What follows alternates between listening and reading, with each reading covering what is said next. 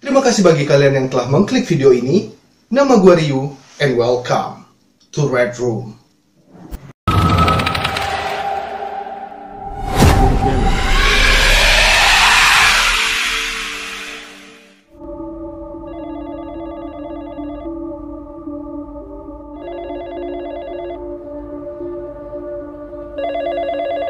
If you're sick, if you don't feel good, could you please call me back, or at least pick up the phone. Let me know that everything's okay.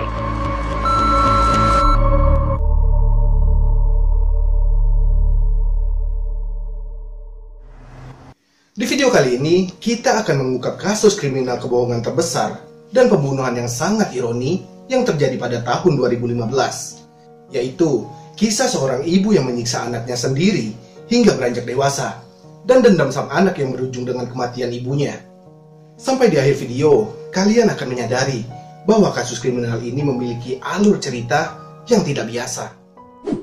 Semua orang setuju bahwa hubungan ibu dan anak adalah murni perasaan cinta. Ibu juga memiliki naluri untuk melindungi anaknya dari hal luar yang dapat melukainya.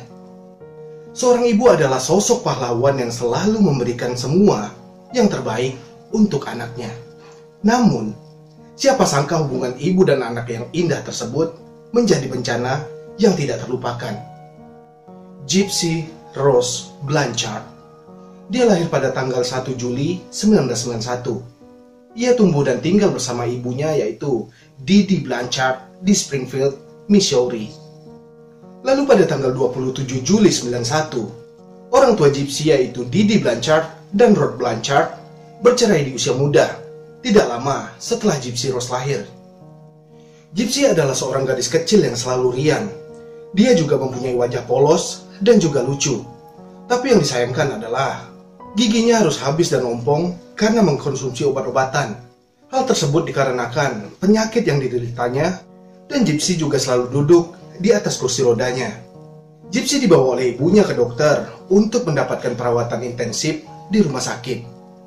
Hal tersebut dikarenakan Gypsy didiagnosis memiliki penyakit komplikasi, antara lain cacat kromosom, distrofi otot, epilepsi, asma parah, apnea tidur, leukemia sejak ia masih balita, dan juga masalah penglihatan dan juga pendengaran. Gypsy memiliki krisis kesehatan yang tak berkesudahan sampai dia beranjak dewasa.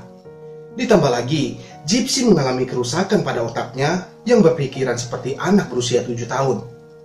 Banyak foto dirinya yang selalu bersama ibunya ketika berada di rumah sakit. Gypsy juga sampai menjalani operasi besar hingga berkali-kali. Pernah juga sampai Gypsy harus dipasangkan selang makanan pada perutnya dan juga tabung selang oksigen pada hidungnya. Rumah tempat mereka tinggal juga dibangun oleh Yayasan Habitat for Humanity, dan rumah tersebut memiliki fasilitas yang dikhususkan untuk membantu penyembuhan Gypsy. Gypsy dan ibunya mendapatkan banyak santunan dana dari Yayasan Kemanusiaan untuk biaya pengobatan Gypsy dan keperluan lainnya. Melalui Yayasan Make-A-Wish Foundation, Didi dan Gypsy melakukan perjalanan amal ke Disney World. Dan di sana, mereka juga bertemu Miranda Lambert. Semua kebutuhan hidup mereka berdua ditanggung oleh yayasan dan juga sumbangan dari orang-orang yang merasa kasihan terhadap Gypsy. Di rumah tersebut, Didi Blanchard dekat dengan tetangganya yang bernama Amy Pineger. Didi pun menceritakan semua masalah hidupnya, bahwa mantan suaminya yaitu Rod Blanchard adalah seorang pecandu narkoba dan seorang alkoholik. Didi juga menceritakan bahwa suaminya tersebut juga tidak pernah mengirimkan uang sepeser pun ketika rumah mereka hancur diterjang badai Katrina. Didi yang merupakan ibunda dari Gypsy pada saat itu membuat orang-orang berdecak kagum. Bagaimana tidak? Seorang ibu yang luar biasa berjuang sendirian dan harus merawat putrinya yang sedang melawan penyakitnya. Tapi, pada suatu hari di bulan Juni, akun Facebook yang bernama DJ Blanchard memposting status baru. Di status tersebut dikatakan pelacur itu sudah mati. Saat itu, tanggal 14 Juni, Minggu sore dengan cuaca yang sedikit panas. Teman-teman Didi terkejut melihat postingan aneh di akun Facebooknya. Salah satu dari mereka mengira bahwa akun Didi dihack oleh orang lain. Di tengah-tengah obrolan mereka, sebuah komentar misterius dari status DJ Blanchard muncul. Di komentar tersebut mengatakan, "Saya benar-benar menyayat babi gendut itu dan memperkosa putri manisnya yang tidak bersalah." Ceritanya sangat keras. Kim yang tinggal di dekat rumah Didi bereaksi oleh postingan aneh tersebut. Kim langsung mencoba menelpon Didi, tetapi tidak ada jawaban sama sekali. Lalu Kim beserta suaminya David segera pergi ke rumah Didi untuk memastikan semua baik-baik saja. Kim pun langsung mencoba untuk mengetuk pintu rumah Didi, namun tetap tidak ada jawaban dari dalam rumah. Lalu, Kim berinisiatif langsung menelpon polisi, dan polisi pun segera datang secepatnya ke rumah Didi. David mencoba menerobos masuk melalui celah jendela yang ada di rumah Didi. Dan setelah berhasil masuk ke dalam rumah, dia tidak melihat ada yang aneh. Semua lampu telah dimatikan, hanya saja suhu dari AC yang terasa sangat dingin. Tidak ada tanda-tanda perampokan ataupun perkelahian. Namun, terdapat kejanggalan di dalam rumah Didi. David menemukan semua kursi roda Gypsy masih lengkap di dalam rumahnya. Dan seperti yang kita tahu, bahwa Gypsy tidak bisa pergi kemana-mana jika tidak menggunakan kursi rodanya. Sampai pada jam 10 malam, polisi akhirnya menemukan mayat Didi berada di kamar tidurnya. Dia telah ditikam oleh seseorang karena terdapat luka dari senjata tajam pada seluruh tubuh Didi. Diduga, Didi sudah mati beberapa hari yang lalu. Namun anehnya, mereka tidak menemukan Gypsy di dalam rumah. Para sahabat dan tetangga Didi memikirkan bahwa Gypsy telah diculik di tempat lain dan dibunuh oleh seseorang. Yayasan Kemanusiaan sudah mengurus biaya pemakaman untuk Didi dan juga Gypsy. Kalau-kalau hal terburuk terjadi. Sementara itu, polisi juga melakukan penertiban di area TKP. Alea yang berusia 23 tahun, yang juga merupakan teman dekat Gypsy, memberikan petunjuk pada polisi. Alea memperlihatkan riwayat percakapannya dengan Gypsy di akun Facebooknya. Pada Oktober 2014, Gypsy menulis mengaku bertemu dengan seorang pria di situs pencarian jodoh. Gypsy mengatakan kepada Alea bahwa dia jatuh cinta pada pria tersebut. Gypsy ingin tumbuh dewasa seperti gadis-gadis lain seusianya. Dia juga menulis bahwa dia tidak ingin ibunya mengetahui hal ini. Jika ibunya tahu, ibunya pasti tidak akan setuju dan melarang Gypsy untuk berhubungan dengan siapapun kecuali hanya dengan ibunya. Di percakapan berikutnya, Gypsy mengatakan bahwa nama pria yang disintainya bernama Nicholas Godejohn. Mereka telah berkomunikasi selama lebih dari 2 tahun. Mereka berdua juga telah menyiapkan rencana untuk menikah dan nama untuk anak mereka.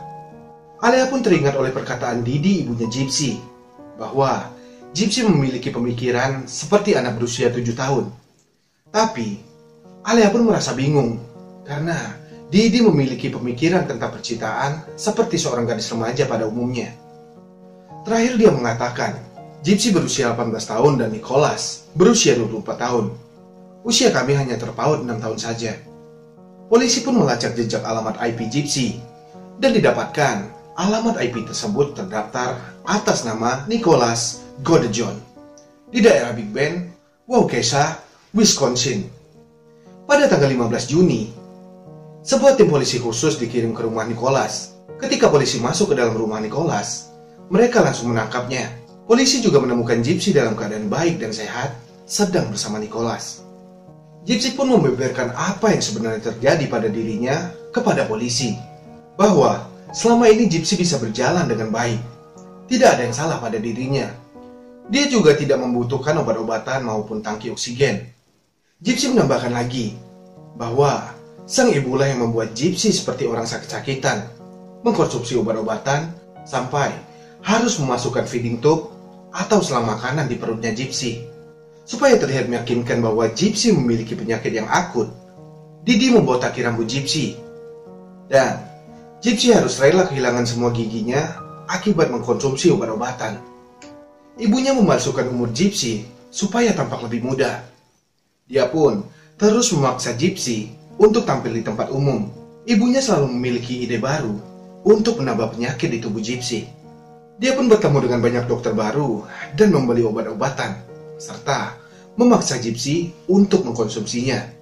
Ditambah lagi, Didi memiliki latar belakang seorang perawat. Jadi, bisa dikatakan dia memahami dunia medis dan juga kesehatan.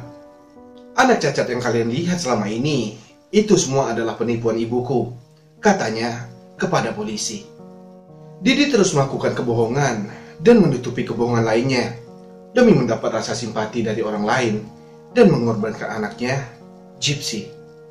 Didi diketahui memiliki kelainan sindrom Munchausen, yaitu sindrom yang berpura-pura baik kepada orang lain untuk mencari simpati dan juga perhatian. Para pelaku Munchausen sangat cerdas. Ia pandai memanipulasi orang lain yang berada di sekitarnya. Gypsy dan pacarnya Nicholas Godejohn terlibat dalam perencanaan pembunuhan ibunya, dan otak pembunuhan Didi adalah Gypsy Rose. Karena dia tidak tahan atas pelecehan dan dia dipaksa melakukan penipuan publik dan juga penipuan keuangan yang dihimpun dari yayasan kemanusiaan yang menaungi mereka. Dikatakan, saat Nicholas ingin membunuh Didi, Gypsy pun bersembunyi di ruangan lain dengan posisi jongkok dan menutup telinganya agar mengabaikan suara teriakan apapun. Gypsy bertemu dengan Nicholas di tahun 2012 melalui kencan Facebook. Nicholas memiliki gangguan spektrum, autisme, dan IQ rata-rata rendah. Akan tetapi, mereka berdua saling menerima kekurangan masing-masing, dan terjadilah rencana pembunuhan tersebut. Pada tanggal 5 Juli, saat di persidangan, Gypsy mengaku bersalah atas pembunuhan tingkat 2. Hakim memberinya hukuman 10 tahun, dan Nicholas menerima hukuman seumur hidup. Saat diwawancara, Gypsy menjelaskan bahwa lebih bebas berada di penjara daripada saat tinggal bersama ibunya. Aku kira aku berbakti pada ibuku dengan melakukan semuanya. Tapi, aku salah. Aku hanya dijadikan pion untuknya. Dan, itulah dia tadi sebuah kasus pembunuhan yang dilakukan seorang anak pada ibunya yang memiliki ending mencengangkan. Terima kasih bagi kalian yang telah menonton video ini sampai habis. Sampai bertemu di video selanjutnya. See ya.